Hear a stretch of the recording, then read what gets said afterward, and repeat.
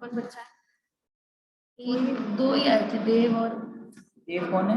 देव इसका देव बोला रे स्कूल में है। अब कौन सा देव? So cell unit of life है, ठीक है।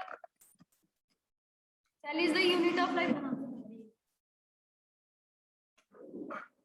And cell is an introduction. पहले तो डेफिनेशन दी हुई है, सेल इज द फंडामेंटल, पढ़ो आगे का। Cell is the fundamental structural and functional unit of all living organism. फिर बताया मैं सेल एंड इंट्रोडक्शन, हमें सेल की इंट्रोडक्शन दे रखी है, रॉबर्ट हुक ने डिस्कवर करा था सेल को, ठीक है। आगे cork cell discover by explain करते जाओ।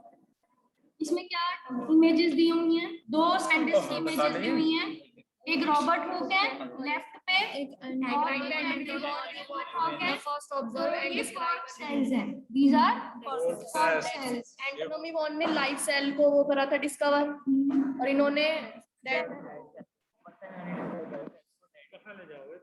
फिर उसके बाद cell and introduction. The invention of compound and electron microscope reveals the structural details of the cell. तो जब जैसे ही हमें कंपाउंड माइक्रोस्कोप मिल गया और उसके बाद एक और उससे भी हाई क्वालिटी का क्या है, इलेक्ट्रॉन माइक्रोस्कोप, उससे हमें क्या होने लग गए, सेल के अंदर के भी स्ट्रक्चर्स अच्छे से समझ में आने लग गए। इस पे क्लिक करो एक बार, प्लस थोड़ा सा बड़ा हो जाएगा।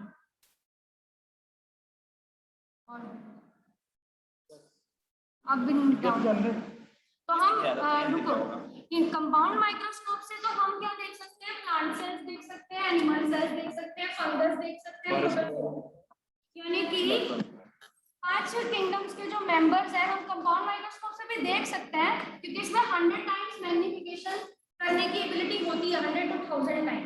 बट अगर 1 लाख टाइम्स चाहिए, 1 लाख टाइम किसी की मैग्नीफिकेशन चाहिए, या उससे भी ज्यादा अगर चाहिए 10 लाख टाइम्स चाहिए, तो अब कौन सा चाहिए, इलेक्ट्रॉन माइक्रोस्कोप।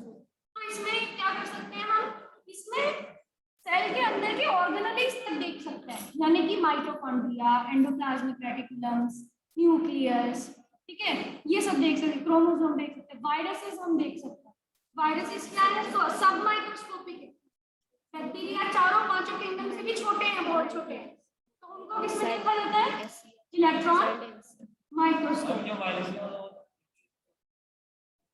वो सबसे छोटे हैं, उनको पहले क्रिस्टल्स बनाया जाता है। स्टैनली मिलर ने क्या किया था, क्रिस्टलाइजेशन की है वायरसेस, टीएमडी की, उसके बाद देखा जाता है। Viruses are visualised after they are crystallised. उनका क्रिस्टल बना देते हैं, खुद ही उनको जमा देते हैं बाय फ्रीज टेक्निक। उनके सॉल्यूशंस को क्या कर देते हैं, जमा देते हैं, और फिर उनके जो क्रिस्टल्स होते हैं उनको बिल्कुल थिन माइक्रोटोन से, एक बहुत ही पतला नाइफ होता है, उससे कट करके थिन स्लाइस बना के फिर इलेक्ट्रॉन माइक्रोस्कोप। आगे सेल थ्योरी, मैथलिस, श्लेडेन एंड स्वान ने, श्लेडेन ने तो प्लांट सेल्स को ऑब्जर्व किया, और थियोडोर स्वान ने किसको ऑब्जर्व किया, एनिमल सेल्स। पढ़ो, reported that cell had a thin outer layer, plasma membrane. He also found that plant cell have cell wall. He proposed a hypothesis that animals and plants are composed of cell and product of cells. So ये hypothesis दी, ये क्या है, ये cell theory का पहला point है कि चाहे प्लांट के सेल हो चाहे एनिमल के, सभी किसके बने हुए होते हैं, तुम या शर्मा वो निकेत सर है, आप बोल देना मैं 9 से पढ़ रही थी, ये शर्मा तो नहीं भविष्य सुधार लेगा, बताओ ना भाई सुना है। Then Schleiden and Schwann formulated the cell theory. इन दोनों ने सबसे पहला पॉइंट दे दिया सेल थ्योरी। रुडोल्फ बर्को ने एक और पॉइंट दिया, सेकंड पॉइंट किसने दिया था, रुडोल्फ बर्को ने। क्या point, explain that cell divided a new cell are formed from pre-existing cell, cellular he modified the cell theory। हाँ, इसे सेलुलर सेल्युलरी कहते हैं, यानी सेल किससे बनते हैं, सेल से बनते हैं। नए सेल किससे बनते हैं, पुराने सेल से। Statement of cell theory, all living, चुप हो जा, all living organisms are composed of cell and product of cell. फिर next point, all cells arise from pre existing तो सेल। इन दोनों हाइपोथेसिस से सेल थ्योरी बन गई। ये सारे जो ऑर्गेनिज्म है किसके बने हैं? सेल्स के बने हैं। और दूसरा पॉइंट प्री एग्जिस्टिंग सेल से आते हैं। नेक्स्ट पॉइंट, ओवरव्यू में हमने क्या क्या पढ़ा था? ये इसकी जस्ट रिपीट कर रहे हैं हम एक पावर पॉइंट के थ्रू, तो इसको ध्यान से बस देख लो क्या क्या पॉइंट लिखे हैं इसमें। साइटोप्लाज्म दे रखा है, अ सेमी फ्लूइड मैट्रिक्स पर where cellular activities and chemical reaction occur. This keeps the cell in living state. Communication होगा तो सेल एक फ्लूइड मैट्रिक्स है। राइबोसोम्स में non-membrane bound organelles found in cytoplasm, chloroplast, mitochondria and on rough endoplasmic reticulum. Ribosomes क्या है? इनके ऊपर कोई मेम्ब्रेन नहीं होती, ये भी बिना मेम्ब्रेन बाउंड की ऑर्गेनेली की तरह काम करते हैं, क्योंकि ये क्या बनाते हैं? प्रोटीन्स। ये साइटोप्लाज्म में भी हो सकते हैं, माइटोकॉन्ड्रिया और एंडोप्लाज्मिक रेटिकुलम में भी अपने खुद के राइबोसोम हो सकते हैं, क्योंकि क्लोरोप्लास्ट और माइटोकॉन्ड्रिया में क्या है? अपना खुद का डीएनए भी है, तो इसलिए उसके अंदर राइबोसोम्स भी मिलेंगे। और ये साइटोप्लाज्म में भी ईआर के ऊपर मिलते हैं, रफ ईआर। याद करो, रफ एंडोप्लाज्मिक को रफ इसीलिए बोलते हैं क्योंकि उसके ऊपर बाहर से राइबोसोम अटैच होते हैं, और स्मूथ वाली पे कुछ नहीं होता, इसलिए उसको स्मूथ रफ एंडोप्लाज्मिक रेटिकुलम बोला जाता है। Overview of cell, smallest cell microplasm, ये होता है 0.3 micrometer in length. Largest isolated single cell, egg of ostrich. Longest cell, nerve cell, size of bacteria 3 to 5 micrometer. और humans RBC 10.0 micrometer in diameter. यहाँ पे diagrams भी दे रखे हैं। पहला सेल किसका है? ये न्यूक्लियस का उसका दे रखा है स्मॉलेस्ट सेल। अच्छा, फिर उसके बाद में माइकोप्लाज्मा का, देन ऑस्ट्रिच एग, फिर नर्व सेल, फिर साइज ऑफ बैक्टीरिया दे रखा है, फिर human RBC, red cell. An overview of cell based on the function shape of cell may be dislike polygons. ये भी हमने लिखा है डिफरेंट शेप्स के हो सकते हैं सेल के। यहाँ पे शेप भी दिखा रखी है, कौन कौन सी शेप्स के हैं। ये एनिमल सेल की शेप्स हैं, कॉलमनार, स्पिंडल शेप, ठीक है, एंड राउंड। ये देखो स्पर्म और एग है यहाँ पर। यहाँ पे पूरे क्या है? व्हाइट ब्लड सेल्स के टाइप दे रखे हैं, न्यूट्रोफिल्स, ठीक है, लिम्फोसाइट्स। ये रेड ब्लड सेल्स के बहुत फिर जो हमारे सेल्स होते हैं, तरह तरह के डब्ल्यूबीसीज होते हैं। डब्ल्यूबीसीज की ज्यादा पॉपुलेशन है, आरबीसीज तो सिंपल आरबीसीज है। डब्ल्यूबीसीज में दो तरह के डब्ल्यूबीसी है, ग्रैन्युलोसाइट्स और ए ग्रैन्युलोसाइट्स। ए ग्रैन्युलोसाइट जिसके साइटोप्लाज्म बिल्कुल स्मूथ होगा, जिसमें ग्रैन्यूल्स नहीं मिलेंगे, और ग्रैन्युलोसाइट जिसके साइटोप्लाज्म में छोटे छोटे से ग्रैन्यूल्स मिलते हैं, यानी कि वैक्यूल्स होते हैं, छोटे छोटे से वैक्यूल जिसमें ग्रैन्युलर पार्टिकल्स, जैसे कि ग्रेन्स लाइक पार्टिकल। ग्रेन्स मतलब दानेदार पार्टिकल्स होंगे, दानेदार, जो कि स्टेनिंग भी लेते हैं। जब हम उन्हें स्टेन करते हैं तो अलग से स्टेनिंग लेते हैं व्हाइट ब्लड सेल्स की। फिर हमारे जो सेल्स होते हैं वो 2 टाइप्स के होते हैं, prokaryotic cell and eukaryotic cell on the basis of nucleus है कि नहीं है, ठीक है, अभी भी हमने ही पढ़ा। फिर बताया है प्रोकैरियोटिक सेल के बारे में। First point, they have no membrane bound nuclear और ऑर्गेनल्स।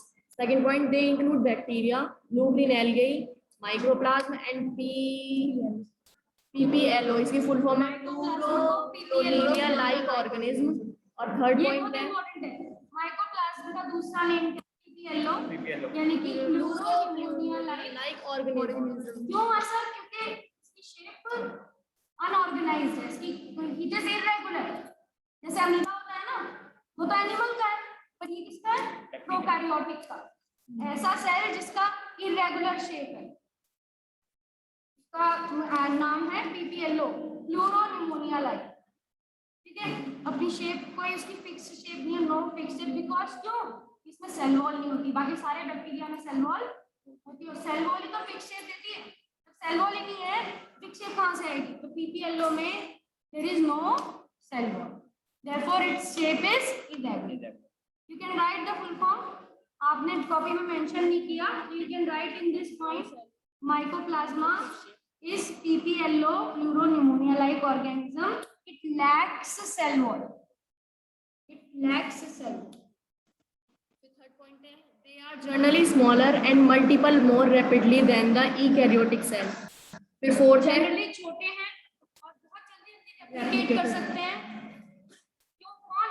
प्रोकैरियोटिक सेल की लाइफ स्पैन बहुत जनरेशन टाइम बहुत छोटे छोटे होते हैं, जैसे कि आधे घंटे में या 20 मिनट में ही वो अपनी पॉपुलेशन को क्या कर लेते हैं, डबल। क्योंकि डीएनए कितना सा बहुत कम सा, एक ही क्रोमोसोम है, बस एक ही क्रोमोसोम है। जनरली सारे जो बैक्टीरिया होते हैं उनके न्यूक्लियोइड रीजन में सिंगल सर्कुलर क्रोमोसोम होता है। उसको रेप्लिकेट करने में कितना टाइम, बहुत जल्दी से रेप्लिकेट करके साइटोप्लाज्म को बाइनरी फ्यूजन ही तो करना है। बाइनरी फ्यूजन बहुत जल्दी से पॉपुलेशन बढ़ जाती है।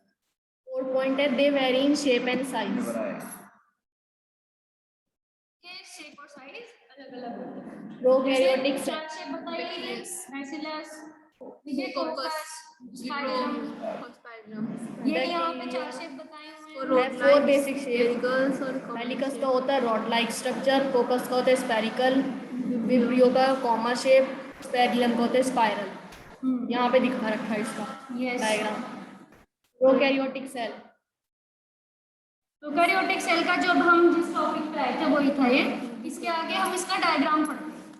इसके आगे हम इस तरह का डायग्राम बनाती मैं, और फिर ये कल बनाऊंगी मैं, और उसका ये हम पढ़ते हैं। एक बार बस पढ़ लो, फिर यहीं पे एंड कर दूँ। सेल एनवलप, सेकंड है meson and third है न्यूक्लियोइड, फोर्थ है फ्लैगेला, फिफ्थ है पिली एंड फिम्ब्री, और सिक्स्थ है राइबोसोम, सेवेंथ है इंक्लूजन बॉडीज। इनमें इन चीजों के बारे में पढ़ना है। सेल एनवलप का पूरा डेफिनेशन लिखेंगे, मीजोसोम का, और इसके बारे में सारी चीजों का। वैसे हो गया पढ़े। मैं यहाँ पे करवा के रखूंगा। हाँ इसके बाद हम यहाँ से कल करेंगे, ठीक है?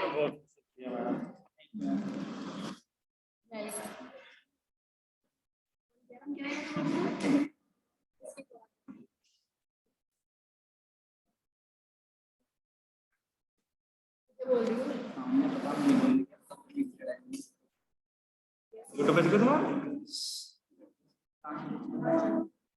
वैसे क्या होगा तो क्या?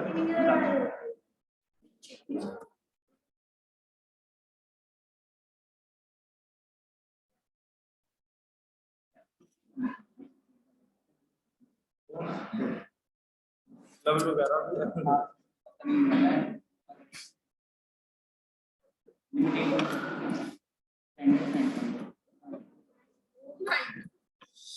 तो भी ट्रेड की लिमिटेशन लगा देगा। अरे वे ना देंगे क्या, तो भी